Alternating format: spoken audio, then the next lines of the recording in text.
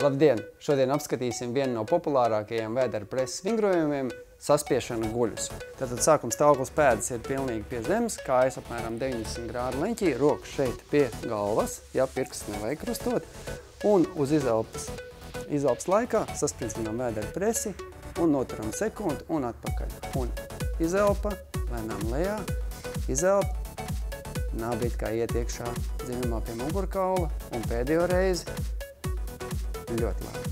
Tātad šeit ir galvenais saspringzinājums, nevis atkārtojumu skaits. Ja jūtat, ka jūs viegli varat izpildīt 20 atkārtojumus, tad ir jāņem papildus svara pagrūtinājums. Mēs šeit varētu paņemt hanteli, un pirmā versija būtu tāda paņemt hanteli šeit iekšķos un uzlikt vienkārši uz pieres. Un kustība ir pilnīgi tā pati, kā ribas tuvinās gurniem. Aiziet. 1, ielpa un uz izelpas rēķina spēcīgi saspiežam vēdera presi. 3, vēl vienreiz, 4 un pēdējo reizi. Un viss spēku uz izelpas paturam un ļoti labi.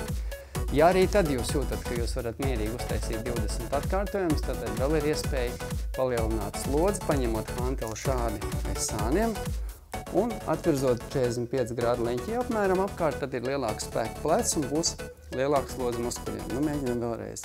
Pat kustība paliek tieši tāda pat, kāda viņa bija arī pirmajā versijā.